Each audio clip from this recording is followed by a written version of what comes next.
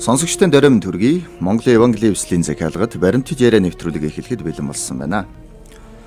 За бар жилийн анхны дугаараараа бид Христ итгэгчид та юунд ч бүү санаа зов гэж хэлснээр хүмүүст хуурамч тайтгарл өгдөггүй гэсэн сэдвээр Бетаны ургац Христийн чуулганы пастор төгөлтөртэй ярилцахаар урьж авчирсан байна. Танд орой мэндийг хүргэе. Орой мэнд хүргэе. Нийт сонсогч үзэгчдтэй одоо бар жилийн шинийн хэдийн юм өнөд чи шинийн 3 нуу тий. За цагаан 3 л гэж яриад байгаа тий. Яг хоо жоох маргаантай л байгаа шүү. Тий. Шинийн 3-ны мэндийг хүргье. За энэ чухал сэдвээр бас та нартайгаа өнөөдөр дахин уулзаж ярилцах болсон бас баяртай байна. За баярлалаа. Тэгээ сэдвийн хувьд бол ер нь бол Библиэл дээр бол тий. За та юунд ч бүү санаа зовоо гэсэн ишлэл байдаг юм байна шүү дээ. Тэг мэдээж энэ яг үнэн үү эсвэл худлаа зүйлээр ингээ хүмүүсийг одоо шашнаар рекламдахын тулд тий нэг талаараа хүмүүсийг ингэж татах зорилгоор яг энэ хүмүүсийн сэтгэл дээр тоглолт хийгээд энэ үгс агуулгатай зүйлийг л яриад байгаа. За тэгэхээр та сонсогч та баримт яриа нэвтрүүлгийг шеэр хийж сонсохыг хүссэн хүмүүстээ түгээгээрэй. За тэгээд хоёлаа ярилцлага эхлэе да. За эхний асуулт мэдээж Библиэл дээр бүү санаа зов гэсэн ишлэл байдаг юм байна. За энэ ишлэлийн утгатай та санал нийлдэг үү? Санал нийлнэ. Санал нийлнэ. Нийлдэггүй яах вэ? Юунд ч бүү санаа зовоо гэж та өөрөө дэмждэг хүн байх нь шүү дээ, тийм. Дэмжлгүй яах вэ? Одоо эн чинь бас миний Христ итгэх болсон бас нэг шалтгаан шүү дээ. За. За тэгвэл энэ талаар хоёлаа дараа нь гоё ярэ тухтай. Тэгээ. Тэгэхээр би бол ингэж ойлгоод байгаа. Монголчууд бол ер нь санаа зовох ёстой. За жишээ нь чи яасан санаа зовдгүй хүн бай гэж үг байдэн шүү дээ, тийм ээ. Баг байхад би ахаасаа төрүүлээд хичээлээсээ ирсэн гэртээ цайгаа уугаад сууж исэн чи манай ээж манайх хичээлээсээ ирэхгүй жоохон оройлоо л доо. За тэгсэн чи надад хэлж байгаа. Гэхдээ чиний хоолгоор яаж хоол давж байна. Ах чи одоо хичээлээсээ ирэхгүй шүү дээ, тийм ээ. Тэр үед би ер нь хүн санаа зовох юм бол ингээ хоолоогоор нь хоол давах ёсгүй юм байна. Ер нь бол би ингээ санаа зовох ёстой юм байна. Санаа зовсон царай гаргаад яах вэ хүүгээ байж явах ёстой юм байна гэж ойлгож байгаа. Ер нь нийтлэг хүмүүс бол санаа зовох ёстой гэж ойлгож байгаа. Тэгэхээр Библиэл дээр яагаад чи юмд ч бо санаа зов гэж бичсэн байдаг юм бол. Яг уу их хүний хувьд бол өөр хүүхэд нь одоо орой хичээлээсээ ирэхгүй орой татахаар санаа зовно штэ. Тэ. За гэтэл нөгөө дүүн ингээл нөгөө жоохон хүүхэд те одоо өөр хөтлөгч буяа маань юу ч мэдэхгүй хүүхэд чинь санаа зовхгүй л байгаа байхгүй юу. Тэгэл яг ээж чинь санаа зовоод хямарсандаа л те ах чи одоо ирэхгүй хахад чиний одоо хоолоогоор чи хоол давж ийн үл гэж хэлж байгаа. Тэгэхээр эхийн сэтгэл том хүний сэтгэл те янз бүрийн одоо хүнд учирж болох одоо үр хүүхэдтэй учирж болох одоо аюул аваар ослыг одоо тооцоолж байгаа том хүний юмыг харахаараа за учир мэдэхгүй амьдрал мэдэхгүй жоохон хүүхдийн юмд хандах хандлага хоёр бол мэдээж өөр шүү дээ. Тийм учраас ээж хүн гэдэг бол мэдээж үр хүүхдийн төлөө санаа зовно. Тэр бол ерөөсөө байх ёстой зүйл. Байх ёстой ч байх уу те. Ер нь байдаг л юм. Тэ энэ чинь угаасаа л натурал ерөөсөө хүний мөн чанар шүү дээ угаасаа.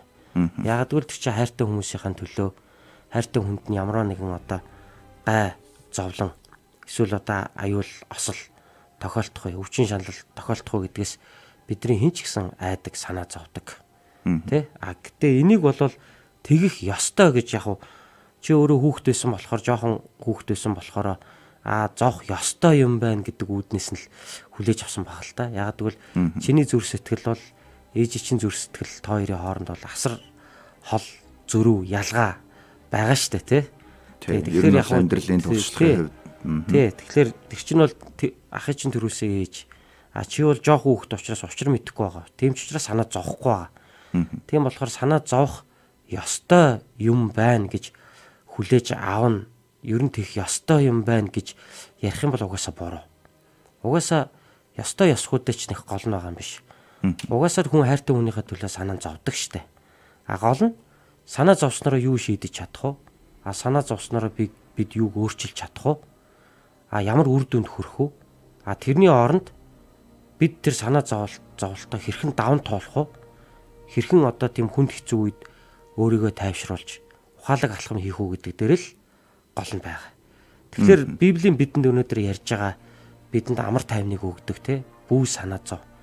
Харин одоо чамд чи тэрний оронд одоо тайван бай гэж хэлж байгаа тэр зүйл бол одоо хүн хүний хайрлах тэр хайрын сэтгэлийн эсрэг зүйл юусоо яриаггүй. Огт ерөөсөө санаа зовох ёсгүй гэдэг үүднээс нь огт бас хэлээгүй. Тэгээ санаа зовлт гэдэг бол өөрөө бас муу үр дагавартай байдаг. Энд чинь өөрөө бидийг стресстүүлнэ.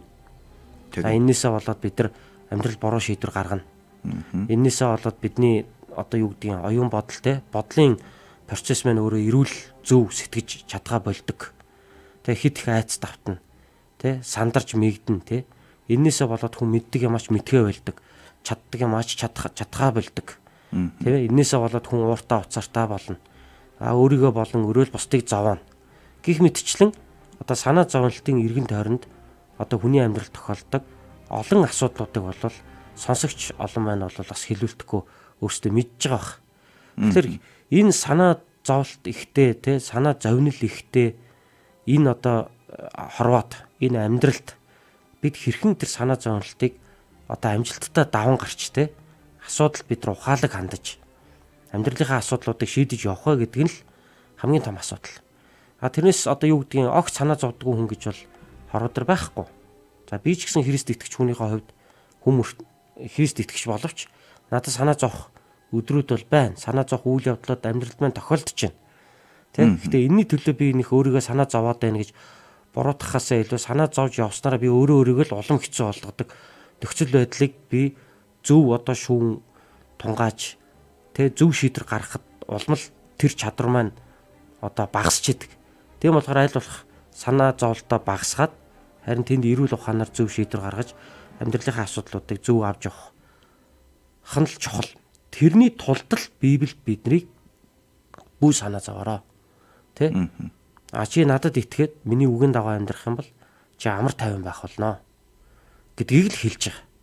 Тийм ээ? Тэрнээс одоо нэвтрүүлгийн нэр бол бас нэг тийм зөв нэртэй тий. Тэ? Христийн шашинд хүмүүсийг юунд ч бүү санаа зов гэж хуурамч тайтгарл өгдөг гэх шиг. За би гэх шиг гिचээ заяа. Тэ. Хуурамч тайтгарлыг өгöd ах ч юу ах вэ угаасаа. Тэ. Хуурамч тайтгарл хэрвээ авдаг байсан бол тэ хин Христ итгэхээ өнөдөр. За би хувьдаа өнөдөр ингээл 27-8 жил Христ итгэхээ явж байна. Энэ бүх хугацаанд би тэг хуурамч тайтгарл аваад исэн болж таарж байна. Хэрвээ би хуурамч тайтгарл аваад исэн бол үнэхээр хуурамч юм байна гэдгийг би өөрөө ингээд харсан бол мэдэрсэн бол гэхдээ Христ итгэхээ болчих штэ тий. Энд чинь шал худлаа юм байна хуурамч юм байна гэд бодчихно. Гэтэл энэ олон мянган хүмүүс өнөөдөр ягаад Христэд итгэхэд болохгүй энэ итгэлийнхэн замаар яваад байгаа юм. Тэд хуурамчаар тайтгарсандаа яваад байгаа юм уу? Үгүй штэ. Жинхнээсээ тайтгарлыг авч जैन тий. Жинхэнэ тайтгарл гэдэг чинь нэг тийм тэнэг байх явдлыг хэлээгүй штэ. Тийм ээ? Нэг тийм одоо юу гэдгийг хайртай хүнийхээ төлөө хайртай хүнээ өвтчиод хэвтэж явах чинь би санаа зовхгүй байна. Гэтэл хайртай хүнээ харж асрахгүй, халамжлахгүй яваад ах нэр бас биш шүү дээ, тийм ээ. Тэгэхээр санаа зовхгүй байна гэдэг чинь өөрөө нэг тийм одоо юу гэдгийг эрүүл бос байхын хэрэг хэлээгүй шүү дээ. Санаа бүү санаа зов. Харин одоо би та нарт амар тайвныг үе. Санаа зов гэсний чинь ардаас тэрний чинь эсрэг зүйл нь одоо эсрэг утгатай зүйл нь бол амар тайван шүү дээ, тийм ээ. Тэгэхээр бүү санаа зов гэж хэлснээрээ Бурхан биднийг амар тайван байлгахыг л хүсдэг. Христийн сургаал, Христэд итгэх итгэл өөрөө энийг л бидэнд өгдөг. Тэгэхээр тэр амар тайвныг бид эдэлж чадж байгаа учраас тэрнийхээ үр шимийг бид хүртэж чадж байгаа учраас энэ л замаараа өнөөдрийг хүртэл явсаар байгаа юм болов уу гэж ойлгодог. 10-аад жилийн өмнө нэг юм хипхоп дуу гарч илаа л да. Юунд санаа буузав, амьдрал тэр чигээрээ шоу, замаасаа хазаалгүй яв гэд. За тэгээ энэ дуу бол ингээл хүмүүсийг те нэг шоуны амьдрал дасгаал. За юунд ч санаа буузав, ерөөсөө л ингээл сайхан амьдрий. За тэр нь бол ингээ сайхан гэ хүмүүс ойлгож байгаа. Тэгмүүд яг энэ дууг ингээ сонсонгууд хүмүүс ингээ хариуцлагагүй байдалд уриалаад байна те. Чи амьдралдаа санаа тавьж амьдралаа наанцаана гих ёстой байгаад идэг. Тэгэхээр залуучууд нэг ийм сонсоо яваад энэ болохгүй байна. Яг тэрнтэй адилхан хэрвээ Христ итгэлд хэрвээ за чи бүү санаа зов гэж хэлдэг бол энэ дуутай адилхан хүмүүст хариуцлагагүй байдлыг өгөөд байгаа бусуу гэсэн. Өгөөд байгаа биш үү гэсэн тийм хардлага байгаад байна л та. Ер нь санаа зовсноор хүн хариуцлагатай байх юм шүү. Эсрэгээр. Маш сайхан асуулт асуулаа. Баярлалаа. Яг л үнэн. Бидний хүүхэд байхадгүй чи хичээлээ хийгээч. Хичээл чи орлоо. Яасан санаа зуны амралт чинь дууслаа. Яасан санаа зовдгүй ингээл тэгдэг штэ тий. Тэгэхээр тэр бол зүв байхгүй юу? Тий? Энэ тохиолдолд бид нар одоо ингээл санаа зовхгүй байгаа нeenгээл бид нар өөрийнхөө үүрэг хариуцлагыг умартаж явахын нэр бас биш шүү дээ энэ чинь тийм ээ. Тэгэхээр үүрэг хариуцлага өөрөө бидрийг заримдаа бүр стресстүүлдэг. Бид нар тэрнээсээ болоод хит санаа зовдөг. Тэгэхээр санаа бүү зов. Харин хийх ёстой юм аа бол хийх ёстой. Энэ хоёр ч нь бол бас ялгаа салгаатай. Тэгээ энэ хоёрын чинь хооронд бол бас зааг ялгаа байгаа гэдгийг бид ойлгох ёстой. Хичээлээ хийхгүй суугаалах юм бол хэн миний хичээлийг хийж өгөх юм? Хин ч хийж өгөхгүй. Надаас өөр хин ч хийхгүй тэрийг. Тэгэхээр би хичээлээ хийх л ёстой. Тийм ээ? Энийг бол би ухаарах ёстой. Энэ бол амьдралын мэрэгэн ухаан багхгүй. Тэрнээс энийг бол одоо юу гэдгийг Христ доторх амар тайвантай энийг шууд эсрэгцүүлж тавих юм бол энэ бол айгу утгагүй асуудал болно. Христ доторх амар тайван. Тий. Бид Христэд итгээд амар тайвныг авч штэ. Тэгэнгүүт одоо бид нар ингээл одоо юу гэдгийг юм болгоны төлөө санаа зовоод ах шаардлагагүй. Яг бол бурхан байна. Бид бурханд итгэж байна. Бурхан бас намайг ивэн. Жишээлбэл одоо 2 хүүтэй би. 2 хүүгийн маань ирээдүйн тухай бол надад бол хамгийн чухал. Хүүгүүд маань эрүү сарвал өсөж байжсаа, эрдэм намтай болоосаа. За тэгээд амьдралын сайн хань жилтэй болоосаа гэл хүсэн штэ, бодно штэ. Заримдаа санаа зовно штэ энэндээ. Яна тэхгүй байх үү гэж. Гэхдээ би яг одоо юу хийж чадах вэ? Би зүгээр шаналлаа суугаад ах уу? Эсвэл миний хүүгүүд ирээдүйд ийм амьдралын хань сонгож аваараа. Түмэн олны дотор ч бүгд сайн байдаг юм аа. 10 хуруу тэгш хүн гэж байхгүй гэж ярьдагтай адилхан яг одоо чамд ямар хүн илүү тохирох вэ гэдгийг бол эцэг хүний хувьд бол би бас харж зөвлөж өгнө. Энэ бол миний хийж чадах зүйл. Тэрнээс биш бол одоо би нэг ингээл өстэй толгоогоо зулгаагаал хямраа шаналал суугаад авах шаардлага байхгүй. Мэдээж би бурхандаа залбирна. Тэгээ би ч гэсэн өөрийнхөө ханыг ингээл одоо хантайгаа суухтаа энэ хүн яг ямар хүн бэ гэдгийг би 100% мэдчихээ суугаагүй штэ. Ерөөдөө таалагдал, сэтгэл татагдал. Тэгэл одоо юу гэх хаагдал. Тэгэл ойр зургийн ингээл гаргаж байгаа ааш авир үйлдэл нь сэтгэл тааламжтай таалагдж байгаа учраас за энэ хүнтэй амьдралаа холбоход болох юм байна гэж үзэл үндсэндээ одоо тэгэл сууж байгаа штэ. Гэтэл яг суусны дараа санаанд оромгүй ааш авир надаас өөрөөс мэнч гарна, магадгүй нөгөө хүнээс мэнч гарна. Тэгэхээр 100% нөгөө хүнээ ингээ нэвч чот мэдчихэж сууж бол бид нар чадахгүй те. Тий. Тэгэхээр одоо бид нар юу гэх юм ирээдүйн талаар энэ мэдчлэн жишээлбэл одоо хөвгүүд маань ч гэсэн одоо ирээдүйд хүнтэй сууна гэхэд бол тэд яг ингээд 100% тухайн хүнийг ингээд нэвч шот мэдчихээд сууна гэж бол бас байхгүй шүү дээ те. Тэгэхээр цэвэр итгэх хэрэгтэй болно те. Яг л өөрсдийнхөө одоо харж байгаа тэр сонголтонд л итгэх хэрэгтэй болно. Тэгэхээр бид итгэлээр л явна. Энэнд бурхан сайныг өгч чаднаа л гэж бид нар итгэж залбирч ирээдүйдээ итгэснээр л өнөөдөр бидний ирээдүгөө гэрэл гэгээтэйгээр харж яваа. Тэгэхгүй яана нэг муу хүнтэй суучих үедээ яана нэг аимшиг одоо хүнтэй суучих үедээ гэл одоо санаа зовоод хямраад ах одоо шаардлага байхгүй шүү дээ тий. Тэгэхээр энд бол тийм ялгаа байгаа. Тэгэхээр нөгөө сүх талаат л үхэр амар гэж манай монголчууд ярьдаг шүү дээ. Тий. Нөгөө үхэр чинь бол яг хөтэй хүн биш юм чинь. Өөрийг нь одоо нядлах гэж байгаа үхэр мэдэхгүй шүү дээ. Тэр чинь тэгэл ингээл давуулаад явна. Тэгэл нэгэ сүргээс нь тустай хавьчих жагаал хээр нэг жоохон хөнгөө хүн шиг газар хавьчих жагаал тэгэл сүх талаагаал одоо еврийнх нь голд нь үхрийг бол одоо нэг цохол унгаадаг те. Тэр хүртэл үхэр бол юу болох гэж байгааг бол мэддэггүй. Тэр бол хүн биш. Хүн шиг ухамсартай биш. Тийм учраас өөрт нь юу тохиолдох гэж байгааг бол үхэр бол мэддэггүй. Тийм учраас ингээл амар тайван л байж идэг. Тэ? Яг тэрнтэй адилхан нөгөө сүх талаат л үхэр амар гихчээр нэг тийм одоо ирээдүйд болох гэж байгаа зүйлийн төлөө ингээ санаа зовхгүй яваад байгаа хүмүүс бас байдаг.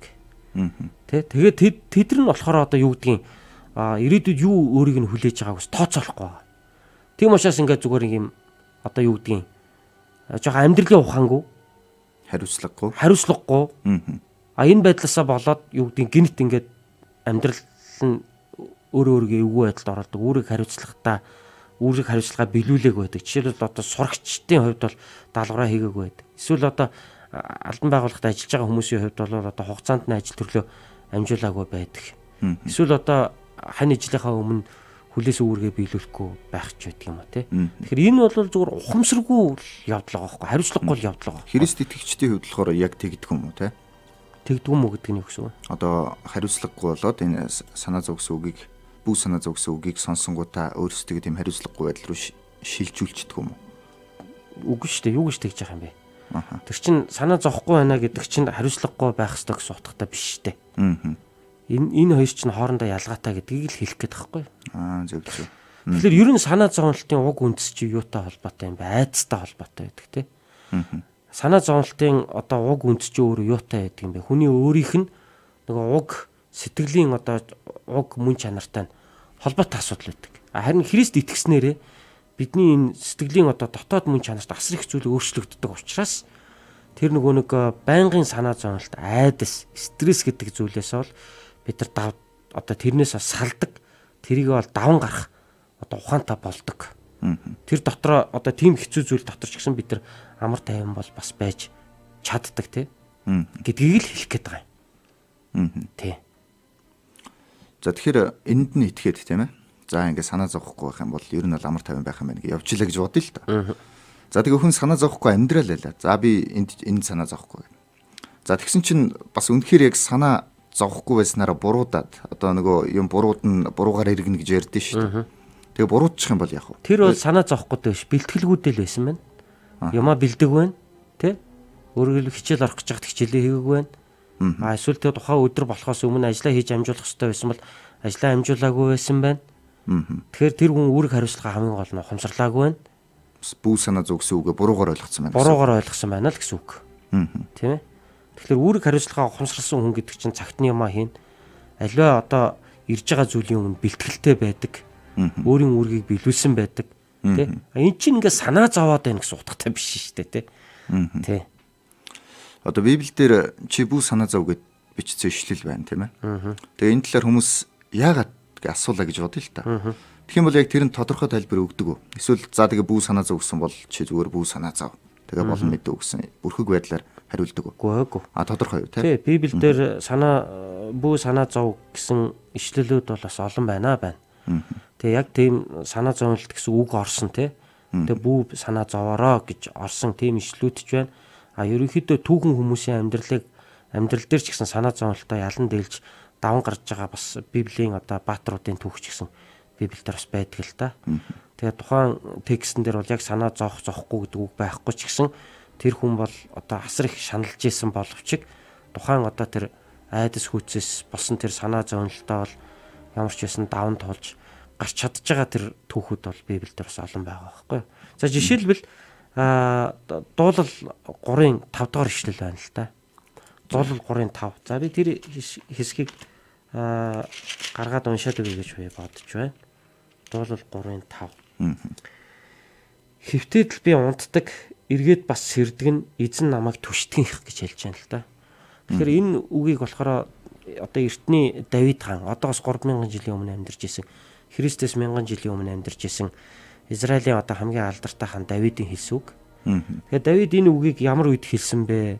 Ялангуяа энэ дуулал 3 дугаар бүлэг ер нь ямар үед ингэж одоо дуулал болон одоо ингэж бичигдэж энэ дуулагдсан байдгийм бэ гэхлээр Давидын хувьд бол нөгөө хүүн төрийн эрхийг булаагаад өөрийг нь хаан ширээнээс түлхэн унгаагаад за тэгээд одоо юу гэдгийг ер нь төрийг самарч манер бол ер нь одоо үхэх сэхэх те ер нь хаан байх үг нь битгий хэл өөрөө баг амьд мэд байж чадахгүй юу гэдэг дээр тулцсан насныхаа эцэст өөрийнхөө хаанчлалын төгсгөл бас нэг юм эвгүй байдалд Давид бол бас ордог л доо.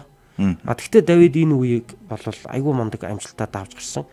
Дайнд бол одоо Давидын айран бол одоо түүний сэнтийг булаах гэж буслаг гаргасан хүүгийнх нь айрмыг одоо ялан дийлсэн байдаг.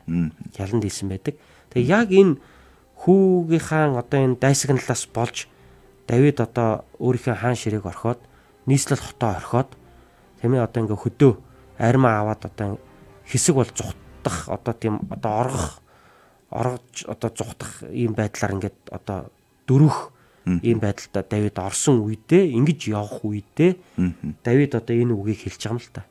Би хэвтээд унтаж чадчихээн те. Би тэгээд сэрж гин те. Яагаад эзэн намайг түштгэх гэж. Тэгэхээр яг нэг хаан сэнтийн одоо дээсэн дөрөн дээр динжигж байгаа. Амин өөрөө хотгоны ирмэг дээр байгаа ийм үед Давид аягүй сайхан унтаж чадчихсан байна. Уул нь бол энэ ч нойр хөрөхгүй. Тий. Унтаж чадахгүй хөрөөгөл те. Тий. Тэгэхээр Давид тийм тэнэг хүн юм уу? Нөгөө сүх далаат л үхэр амар хчээр тийм одоо үхэр шиг ухамсаргүй юу болоод байгааг ойлгох чадваргүй, эрүүл ухаангүй ийм хүн байсан юм уу? Мэдээж үгүй шүү дээ. Давид бол маш ухаалаг хүн байсан. Гэтэ ийм хэцүү үед ч гэсэн Давид үнэхээр зүрхнийхээ гүнд тайван байж чадчихсан. Яагаад? Тэр бурханд итгэж исэн. Бурханд хүнийг лав ивэн гэдэгт тэр итгэж исэн. Бас бурханд хүнийг хамгаална гэдэгт тэр итгэж исэн. Тийм учраас л Давид яг амьдралын одоо маш тийм туйлын хүнд хэцүү те жинхэнэ санаа зовлолтоор дүүрэн тэр өдрүүддээ Давид толгой тавиад нам унтаж чадчихсан. Тэгэл цаг нь болоход Давид босч ирээл өөрийнхөө одоо генерал утаа сууж байгаа л дайны төлөвлөгөөгөө боловсруулж бас чадчихсан тийм ээ. Надад нэг хүн ярьж ирсэн. Нам хувь хүний хөгжлийн институтад ажиллаж байхад манай хувь хүний хөгжлийн институтын захирал байсан Ичин оров эгч маань бас нэг хуваалцж ирсэн. Одоо уралдаанд давхдаг энэ хурдны моринууд биш шүү дээ. Ялангуяа нэг барууны нэг юм тойрж давхдаг юм тойрлог тойрж давхдаг нэг барууны моринууд байдаг шүү дээ тийм дугаартай гардаг тийм канон дээр гардаг. Одоо тэгээд сүүлийн үед монголчууд тийшээ очиод одоо тентгийн моринуудын уяад одоо тэмцэнд төрүүлүүлээд байгаа ч тийм боцоо моцоотой одоо баячуудын үздэг тийм тэмцэн алдартай хурдан моридууд бол гараанаас гарахаас өмнө унтчихэд гэж байгаа шүү дээ. Тийм үү. Тэг бүр ингээ нүдэн ханаад ингээ зүргмэлж идэг гэж байгаа. Тэгэл цаг нь болоход ерөөсөө ингээл эзэн одоо түүнийг одоо яадгийн те сэргээл цаг нь болоход өөрөө сэрэл тэгэл дохоод угарахад гараанаас гарахад төрүүлжлээдэг гэж. Тэгэхээр ерөөсөө тэгж нөгөө нэг өөрийгөө тайван байлгаж чадж байгаа байхгүй. Тэгээ тэр чин тийм одоо санаа зовхыг огт мэдхгүйдээ бас биш байхгүй те. Өөрөөр хэлбэл тэр тэгж дассан байна. Тэгээ тэмцээн болгоны өмнө яаж ин тэр өөрийгөө тайвшруулж оюун бодлоо төвлөрүүлж те санаа зовхгүйгээр стресстгүйгээр тайван байж чадчих штэ. Тэгээд тайван байжгаад тэмцээнд орж байгаа морь бол үргэлжил төрүүлж байна. За би бас сонсогч нартай сонирхуулаад ярихад миний хувьд бас Монгол үндэсний сураар хичээлээд одоо 2 жил шахан болох гэж байна. За. Тэгээ Монгол үндэсний сураар одоо ингээд хичээлээ тэмцээн оролдоонд бас нэлээд хэд хэд удаа ороод авлаа. Тэгэл бэлтгэл дээр чи ингээд харахад оноол байгаа штэ те. Одоо тавьсан сум маань нисч очиод 75 метрийн цаана байгаа тэр байг чи очиод бут цохиолаа. Халах сурын харванд л те. За яг урийнхаа харван дээр бол одоо 40 метрийн зайнаас одоо юм бүрийнхээ сорон бөмбөгийг ингэж бөмбөглөө юм да одоо яг одоо сурынхан бол чих гэж ярьдаг. Тэр чинь ингээл харваад зайны хувьд ялгаатай юм биш үү? Халах бүрээд гэдэг. За тэгээ бэлтгэл хийхэд бол ингээл овоол оноод байгаа юм те. За энэ маягаараа тэмцээнд ороход бол одоо хэвээр бараг л оноолох юм байна гэж хүн чинь бодож байгаа. Тэгээ яг тэмцээнд орохоор нөгөө ондог сумаа ондгоо. Сэтгэл зүйтэй холбоотой. Сэтгэл зүйтэй холбоотой байна те. Яагаад тэгэхээр сандарч байна. Стресс авч байна. Тийм ээ. Тодорхой хэмжээнд нервтэж штэ. За би онох ёстой шүү. Гэт өөрийгөө одоо хит хүчилж जैन те. Чангалчж जैन те. Магадгүй бүр бие чангалчж जैन те. Тэгээ чаддаг байсан юм ач гэсэн чадахгүй болчихж байгаа юм алдаануудыг бол одоо гаргаж байна. За тэгэхээр тэмцээнд орох тусмал хүн чинь яг тийм тэр байдал дотор тайвширч сурж байгаа байхгүй. За 50 бай. За би яг л төвлөрье. Тэгээ яг л би яаж харвдаг вэ? Би яаж сумаа гаргадаг вэ? Яг л би тэрүүгээрээ төвлөрөл би миний эргэн тойронд хэн байгаа нь юусэн хамаа авахгүй. Тэр тэмцээн байна уу юу байна уу тэр надад хамаа авахгүй. Би зүгээр л тэнд жаргаж харвал гэж бодож л харах хэрэгтэй болж байгаа байхгүй юу? Тэгээд харавсан сум бол сайхан очоод төсгөл амжина. Төсгөл байнда боож штэ тий. Тэгэхээр энийг л одоо сурж штэ бид нар.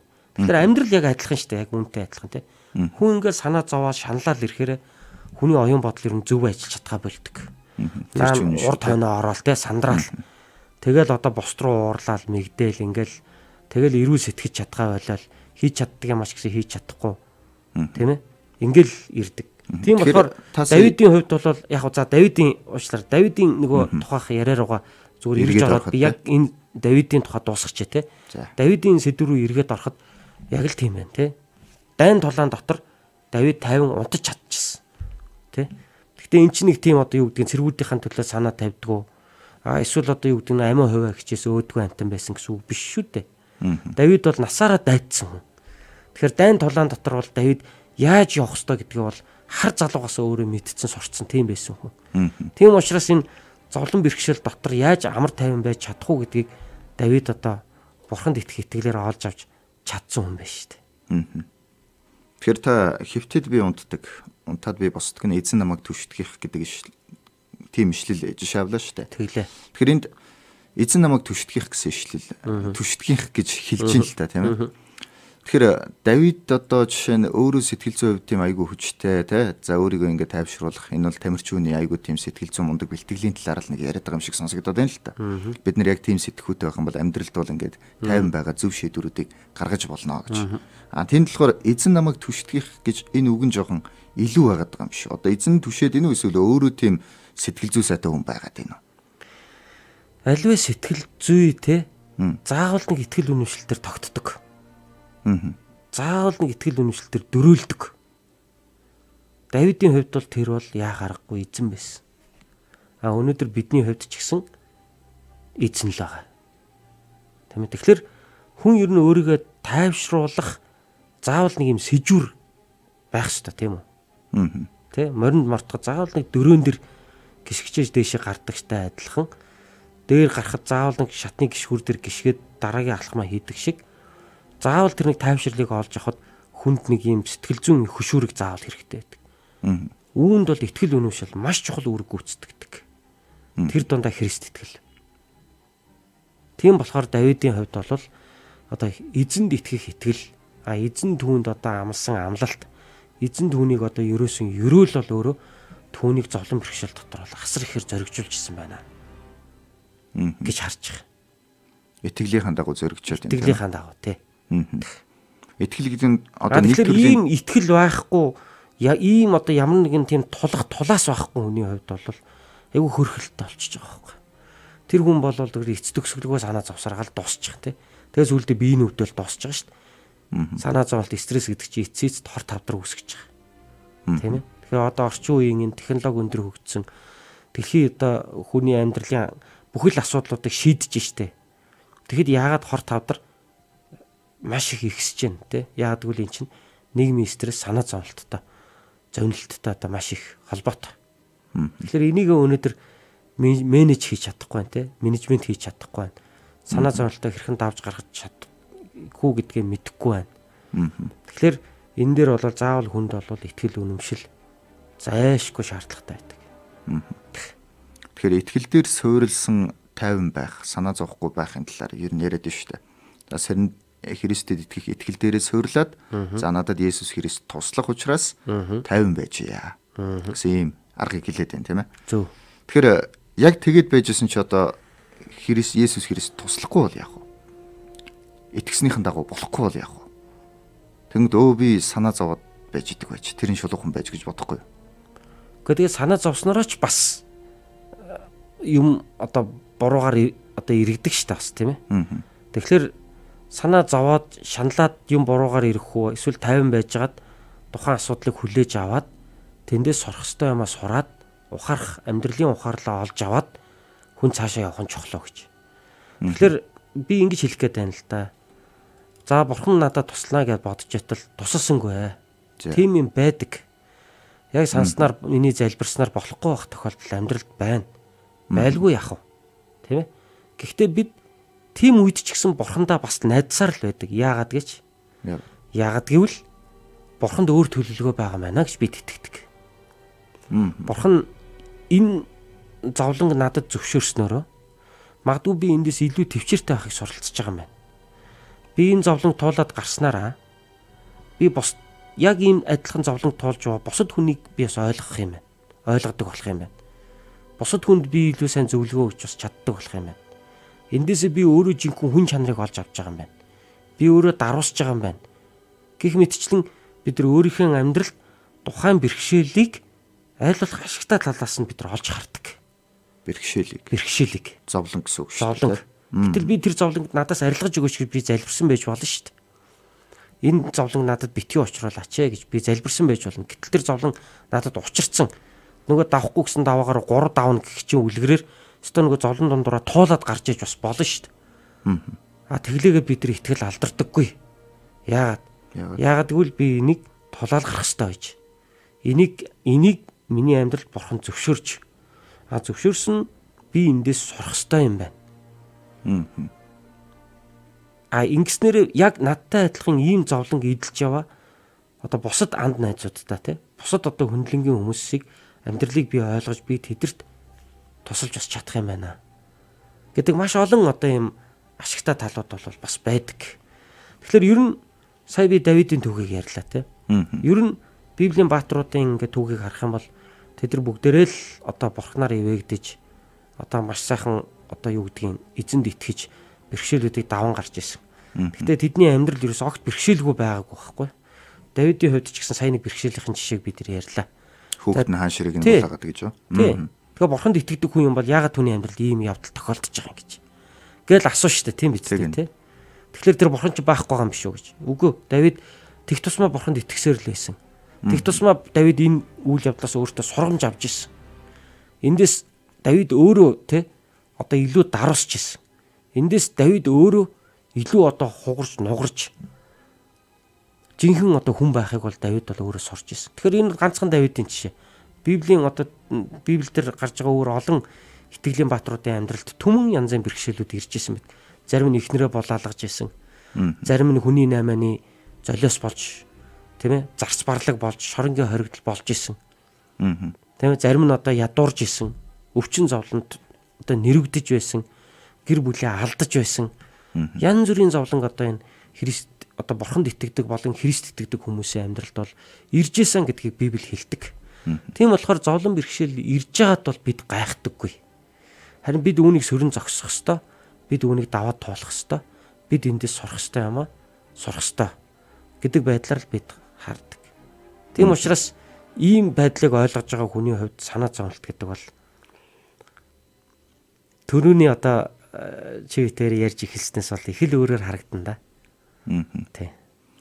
Эцсийн мөн чанартай ер нь яг ингээ амьдралаа өнгөрүүлсэн амьдралаа туулсан амьдралаа эргээд харахад яг ингээ хүнд хэцүү нөхцөл байдал байсан ч гэсэн те тэдгээр нь одоо яг таны хэлсэн шиг сайн байсан гэдгийг ингээ хүмүүс олж харддаг юм. Юу нэ дахиад асуу та. Одоо ерөнхийдөө ингээд зовлон бэрхшээл туулаад энэ за тэр дундаа те би бол ингээ Есүст итгэдэг хүн итгэл найдвар алдахгүй гэд итгэл яваад байна. Тэгэл туулаад нөгөө нэг санснаар нэрээсээ болохгүй ингээл бүтлгүүцээр гаал амьдрал нь бүр дуусаал сүулдэ за хаста нэрээ завар бурхан байхгүй юм шүү гэж боддөг юм уу эсвэл яг ингээд эцсийн дүнд ингээд дүгнээд үзэхээр ингэсэн зүв байж итгэсэн зүв байж гэдгээ мэдээд идэг юм уу? Мэдээд идэг. Тэрнээсээ болоод тэгээд ингээд тууштай яваад идэг гэсэн үг юм уу? Зөв. Одоо таны хэлсэн та ингээд хүний 8-нд орлоо. Тэ одоо янз бүрийн одоо жишээнүүд байдаг юм байна шүү дээ Библиэлд. Тэдгээр хүмүүс нь бас ингээд амьдралаа эргээд харангууд яг тийм байгаад байна уу? Тийм байгаад байна.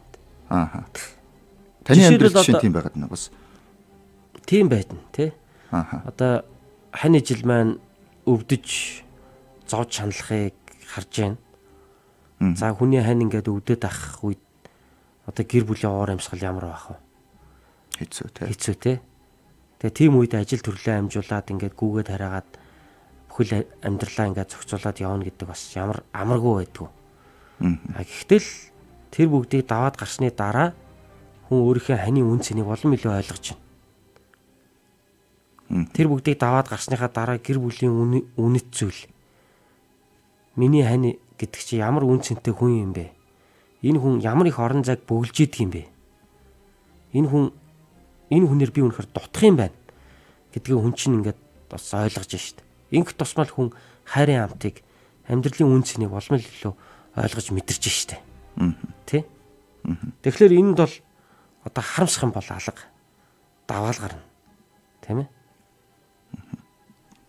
Нэг юм үг өгдөн шүү дээ. Бавуугийн лавсрангуй хэлсэн. Хүн зовох гэж хүнтэй суугаагүй тий. Жарах гэж хүнтэй суусан болохоос зовох гэж суугаагүй гэж. Хүн бас зовох гэж Иесус Христэд итгээгүй. Үсттэй ер нь бол мэдээж. Тий. Тэгвэл Христэд итгэлээр дамжуулан одоо Христ итгэнгээ бидний эдэлдэг зовлон Христэд итгэгч биш байхдаа эдэлдэг зовлон хоёр чи их өөрлөлтөө. Яагаад гэвэл юм бол Библиэд хэлдэг байхгүй юу? Хүмүүс одоо мэрэгэн ухаанд утснаас болж заавар зөвлөгөө дутагдсанаас болж бүдэрж ундаг. Тэд юунд бүдэрж байгаагаа ч мэддэггүй гэж хэлсэн байдаг. Тэгэхээр яг л ийм байдаг. Христийг мэдхгүй, бурханд итгэдэггүй, Библийг мэддэггүй байх үедээ одоо бидний амьдралд ирж байгаа тэр зовлон бол зовлонг харах одоо бидний үнцэг тийм үү? Зовлонд хандах бидний хандлага бол аюу өөр өдөг. Тэрний төлөө хэн нэг буруутгах нь өөрийгөө буруутгах нь. За юу гэдгийг одоо тэрнээс одоо юу гэдгийг яг одоо өөрийнхөө амьдралд авах ёстой сургамжийг тэр болгон авахгүй байх тохиолдол бас гардаг. Дээр нь бас миний өөрийн буруу үйлдэлээс болж, үнэнч биш байснаас болж, шудраг биш байснаас болж, амар хялбар аргаар одоо буруу аргаар олж ашиг олох гэснээс болж өөрийгөө төмөн янзын зовлонд оруулсан байдаг. Эсвэл хань ижлээ хуурснаас болж өөрийгөө одоо ингээд үүр хэрэггүй олон ачаа зовлонгуудыг үүрдсэн байдаг тийм ээ. Харин Христ итгэсний дараах зовлон гэдэг бол би муу юм хийгээд идэлж байгаа зовлон гэхээсээ илүү амьдралд нөгөө нэг хилж ирдэггүй хийсч ирдэг төрлийн зовлонгуудыг те одоо яг даван гарах тэр амьдралын хат суух тэсэр төвчээртэй болох мэрэгэн ухаанд суралцах тэгээд тэр зовлонд одоо юу гэдгийг хариу үйлдэл үзүүлэх тэр зовлон харах өнцөг бол их өөрчлөгддөг. Харахад хоёулаа яг адилхан зовоод шүү дээ. Итгэгч хүн ч зовж байна. Итгэгч биш хүн ч зовж байна. Гэхдээ зовлонд үзүүлэх хариу үйлдэл нь хоёр өөр. Зовлонг ойлголт нь хоёр өөр. Тэр зовлонгийн үндэс суурийг харахаараа нь хоёр өөр байгаа байхгүй. Тийм болохоор одоо юу гэдгийг утга учиртай л та. Тэгээ ерөнхийдөө бол асуучлал да. Гэхдээ яг арай бүр тодорхой болгоод энэ асуултыг асууж л. Христ итгэгчид тэгвэл яагаад зовлонгоос айдгүй? Айдгүй юм бэ? Тэ. Одоо таны ярьж байгаагаар бол хүмүүс зовлонгоос айдгүй юм биш үү? Энэ бол ингээд миний амьдрал сургамж өгөх юм байна. Гүг би яг айдгүй ч гэж хэлээгүй л дээ. Яг хуу айсаа яагаагүй тэгэл нөгөө хэлж ирэх биш хийсч ирдэг гэхчээр тэгэл ирнэ штэ. Зовлон ирдэг тийм үү? Тэгэл тэрийг яах юм? Бид нар даваал гарна штэ. Өөр сонголт байхгүй штэ бидэрт. Тэр дундор даваал гарна штэ тэ.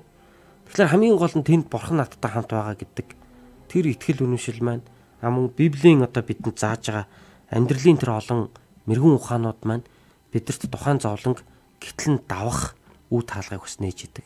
Арга замуудыг бидэнд зааж идэг. Тийм учраас бид нар зовлон дотроо зоригжиж чаддсан болов. Тийм учраас бид зовлон дотроо бас тайвширч чаддсан болов. Тийм учраас бид бас зовлонгоосоо суралцаж чаддсан болов л гэж боддتي. Тэрнээс хин одоо бидний хин дуртай байх вэ тийм биз дээ. Айлын намайг нэг зовоогоотгооч гэж те. Өө айлыг би одоо зовсон ч яах вэ гэж. Инг гэж байгаа юм биш те. Бид ингэдэг гэж байгаа юм бас биш л те. Зомооргүй байна те. Бид нар ер нь бол зовлон битгий ирээсэй л гэж хүсэж байна. Ер нь бол. Гэхдээ л хүний амьдралд бол зовлон ирдэг. Тэр бол бодтой. Харин зовлон ирэхийн цагт түүнийг давах хүчийг өгөөч л гэж залбирдаг бурхнаас. Түүнийг давах мэрэгэн ухааныг өгөөч л гэж залбирдаг тийм ээ. Нас огт зовлонг битгий өгөөч гэж залбирх нь одоо бас нэг тийм зөв биш гэж үздэг. Бурханлаг биш, ер нь зөв биш гэж би боддог. Яг тэгвэл Есүс нэг удаа шавнырынхаа төлөө тэгж залбирсан байдаг байхгүй юу? Шинэ гэрээний сайн мэдээнүүдийн нэг болох Иохан номон дээр. Тэгээ би тэднийг дэлхийгээс аваач гэж танаас залбирахгүй. Харин тэдэнд тохиолдох бэрхшээлүүдийн донд та тэдэнтэй хамт байж тэдэнд хүчийг өгөөч гэж би залбирнаа гэж Есүс залбирдаг байхгүй. Тэгэхээр хэрвээ бид ер нь ямар ч зовлон эдлмээргүй бол одоо ер нь бошгон бурханлал явчмаар байна шүү дээ тий ер нь. Бурханлал бошгоо явчих юм бол ер нь зовлон эдлэхгүй амар авахгүй уул нь болол. Тэгэхээр Есүс хэлж штэ тий би тэднийг ямар ч зовлонгүй байлгаж өгөөч гэж би залбирахгүй. Харин тэр зовлонг даван гарах хүчийг тэдэнд өгөөч гэж би залбирч байна гэж Есүс хэлсэн шүү дээ. Тэгэхээр тэгж хэлснээс үзэхэд бидний амьдралд бол бэрхшээл ирэх нь тодорхой. Ер нь бол ойлгомжтой. Өвдөн, хавдан. За ядчил корона гарлаа. Христ итгэж биш бүгд ялахгүй тэгэл корона тосч л байгаа үстэй бид нар чинь. Тэ. Тэгэхээр адилхан тэ бид зовлон бэрхшээл бол ирнэ. Гэхдээ тэр дотроо бид амар тайван байж чадна гэдэг бол өөрөө агуу зүйл юм аа. Тэгэхээр зовлонгоос айхгүй гэхээс илүүтэйгээр зовлонг давж гарна гэсэн тийм итгэл сэтгэл зүйтэй байна гэсэн үг байна шүү дээ. Тэгэхээр давж гарч чадахгүй зовлон өрөөд ирвэл яах вэ? Тэгэх юм бол одоо санаа зовно шүү дээ, үгүй юу? Гэхдээ яг ер нь зовлон үдсэн хүмүүс тэгж ярьдаг юм билээ те. Хүн бол зовлонг даадаг юм билээ гэж. Тэгэхээр хүмүүс даваал гардаг юм шиг байна. Харин жаргалыг даадаг юм билээ гэж заримдаа хүмүүс ярьдаг те. Гэхдээ хүн ер нь зөв явах юм бол жаргалыг дааштай. За яг за тэр жаргал даахгүй нь бол яг за тэр бол зүгээр дараагийн сэдв. Тэгэхээр зовлон үтсэн хүмүүс бол тэгж ярьдаг ш та угаасаа тий. Хүн бол зовлон даадаг юм байлээ гэж. Тэгэхээр даахгүй зовлон одоо эдэлж байгаа хүмүүс байдгүй болов гэж би боддөг ш тэ. Тэгээд ч бас Библиэлд бас хэлдэг тий. Одоо бурхан биднэрт сорилтыг зөвшөөрөхдөө бидний одоо даван гарч чадах хэмжээнд зөвшөөрдөг юм а гэж Библиэлд бас хэлсэн ба. Тэгэхээр бурхан өөрөө тэр хүнийг зовхыг зөвшөөрдөг гэсэн үг юм. Тэгэхээр ер нь бол ингээд надад зөвшөөрөгдсөн юм гэсэн үндсэн дээр санаа зовхгүй байгаад байдаг байх нь шүү дээ. Тийм байх нь. Тэгэхээр би энийг бол даваад гарч чадах юм байна. Чадах учраас л миний амьдрал зөвшөөрөгдсөн юм байна гэж тэр хүн итгэж яана гэсэн үг шүү дээ. Эн чинь өөрөө зовлонгоос бултаж те зовлон ингээ хүлээн зөвшөөрөхгүй ингэж явахын оронд зүгээр тэрнтэйгээ эвлэрээ тэрийг тэврээд авч яана гэсэн үг. Эвлэрнэ гэдэг нь юу гэсэн үг гэхээр зүгээр нэгэнт энэ миний амьдралд ирсэн бол одоо энийг би хүлээж аваад даваад гарна л гэсэн утгатай. Тэгэхээр ингээд авгалтай нэг одоо нэг юугаа дэлхийд нэг ирвэхэ болдсон шүү дээ. Тэр үед нь тусалж болдоггүй гэж ярьдаг шиг. За энэ бол даваад гарна гэдгийг мэдээд бурхан бол хараа байж идэм үү зарим тохиолдолд. Тийм ээ. За тэгэхээр нэг юм байна. За та өөрөө үнэхээр санаа зовхгүй амьдарч чадж гэнэ гэж бол би асуучлаа тийм ээ. Тийм та бол би амьдарч чаднаа. За ямар ч зовлон байсан ингээ хүлээгээд авнаа. Ягаад гэвэл бурхан ингээ зөвшөөрсөн учраас би бол яана гэд саяны яг ярьсныхаа дагуу хариулах баг. Тэгэхээр нэг юм байвал яг одоо жишээ нь хүүхэд нь за манай аав одоо надтай хамтаа болохоор тийм ээ. Би ингээ юунд санаа зовхгүй. Гэт сайхан хажууд нь ингээ хөдлөөд алхаж байгаа аавдаа итгэж найдаад байна. Тэгсэн чинь аав нь хүүхэд нь одоо бүр зовж байгааг мэдчихгүй явж байл яг. За түүнчлээ одоо жишээ нь за одоо бурхан минь л надад туслан те надаа энэ зовлонг зөвшөөрсөн гэд итгээд яваадсан чинь бурхан бүр мэдээчгүй явж байл яг тэр хүнийг зовж байгааг. Тийм тохиол байх уу? Библиэлд бурханы мэдэхгүй зүйл гэж нэгч байхгүй. Тэ бурхан одоо бидний амьдралд юу хэрэгцээтэй байгааг бүгдийг мэддэг гэж Библиэд хэлсэн. Бас бурханы мэлминээс ногдож чадах нэг ч зүйлийн хороо дээр байхгүй. Тэгээ бүгд одоо бурханы өмнө ил бөгөөд нүцгэн болоо гэж хэлсэн байгаа шүү дээ. Тэгэхээр бурхан мэдээгүй өнгөрнө гэж бол байхгүй л дээ. Яг хүн бол одоо мэдэхгүй өнгөрч иж болно те. Хэнийг нь зовж байгааг. Тэгээ хин нэг нь зовж байгааг. Хүн бол мэдэхгүй өнгөрнө шүү дээ. Хэлхээс нааш нөгөө тааж хэлдэг юулаад таван хаан биш тамшааж мэддэг тарлан бох би биш гэж хэлдэг шиг те. Хүний нэг хин нэгэндээ одоо би ингэж яана гэж хэлж ярихгүй бол хүн бол мэдэхгүй өнгөрж явах тохиолдол бол бас байна шүү дээ. Тэ ялангуяа эцэг эхчүүд үр хүүхдтэйгээс цаг гаргадаг, ярьдгүү хөөрдгүү. Дээр нь үр хүүхд нь ээж аавдаа өөрийгөө бас яаж илэрхийлэхээ мэддэггүй, ойлгохгүй. Тэгээ хүүхд багт бол бас эцэг эхээсээ томчуудаас бас айдаг штэ. Ингээ хэлчүүл буруутчдаг юм болоо, тэгээ хэлчүүл загнуулчдаг юм болоо. Ингээд хэлчүүл намайг сонсох болов, намайг тоох болов гэсэн нэг юм хөршгүй өндөр нэг юм одоо уулын орой шиг л аав ээж чинь заримдаа санагдаал би тэр өндөр уулын зүр бэлтэн зогсоод байгаа юм шиг. Тэ заримдаа аав ээж юусоо бидний дотор болж байгаа юмыг огт хайхрахгүй, огт сонсохгүй тэгэл явсан. Магадгүй одоо бид нар ч заримдаа үр хөвгтдээ тийм байдал гаргаж яхахыг бас үгүйсэхгүй. Гэхдээ айл болох тийм байхгүй байхыг л хичээдэг л дээ, тэ. Тэгээд одоо заримдаа ингээд одоо юу гэдгийг за аав мэдж байгаа. За тэгээд аав мэдээ зохицуулч хөлгүй дээ гэж боддог. Гэтэл нөгөө аав нь мэдэхгүй явж байдаг. Нөгөө хүүхэд нь юу гэдгийг асуудалд орчдөг амьдралд те. Тэгэхээр тийм тохиолдол бол одоо гардаг ш тагаас хүний амьдрал. Тийм болохоор л юу хэлээд байна вэ гэхээр бид бие биентэйгээ ойлголцох хэвээр. Бид бие биендээ туслах хэвээр. Нэг нэгнээс асуух хэвээр. Нэг нэгэндээ ярих хэвээр. Энэ бол одоо бас чухал юм аа. Тэгэхээр хүн хоорондын харилцаа гэдэг чинь өөрөө чухал юм аа гэдгийг л яриад байгаа шүү дээ. Тэгэхээр бурхны хувьд бол бас ярилцах хэрэгтэй, ойлголцох хэрэгтэй гэж үү? Гүг яг би бурхны хувьд гэдэг чинь түрүү ярьсан шүү дээ. Одоо зүгээр яг хүн хоорондын хувьд би тусна ярьж байхгүй. Тэ. Тэгэхээр бурхан бол мэдэн шүү дээ угаасаа тий. Бид нар бурхандаа залбирна, угаасаа хэлнэ, ярина. Тэгэхээр мэддэхгүй өнгөрөө тэр хүн өө янаас тэ чамайг ингээд зовж байгааг мдэггүй юм биш үү гэх тийм юм бол гарахгүй юм байна тийм ээ. Гарахгүй. Тийм учраас бас нэг талаараа санаа зовхгүй айгуусаа ингээд миний бүхнийг мэдж байгааг явж яадаг байх нь шүү дээ. Зөв үү? Гэт явж яадаг байдаг бахнаа. За баярлалаа. Сонсогчдод Монголын Евангелийн эвслийн захиалгад баримтат яриа нэвтрүүлэг хүрлээ. Өнөөдөр бид Христийн шашинд хүмүүсийг юунд санаа зов гэж зааснараа тэдэнд хуурамч тайлхарлыг өгдөггүй гэсэн сэдвээр Бетани ургац Христийн чуулганы пастор Төгөлдөр пастортай ярилцлаа. За тэгээ бидний урилгыг хүлээж авч хүрэлцэн ирээд бидний асуултанд хариулсан танд баярлалаа. Сонсогч та энэ нэвтрүүлгээс бас өөрийнхөө асуултанд хариултыг авсан гэж найдаж байна. Та бидний нэвтрүүлгийг сонсохыг хүссэн хүмүүстээ шеэр хийж түгээгээрэй. Эх 7 хоногт шинэ дугаараар эргээд уулзцаая.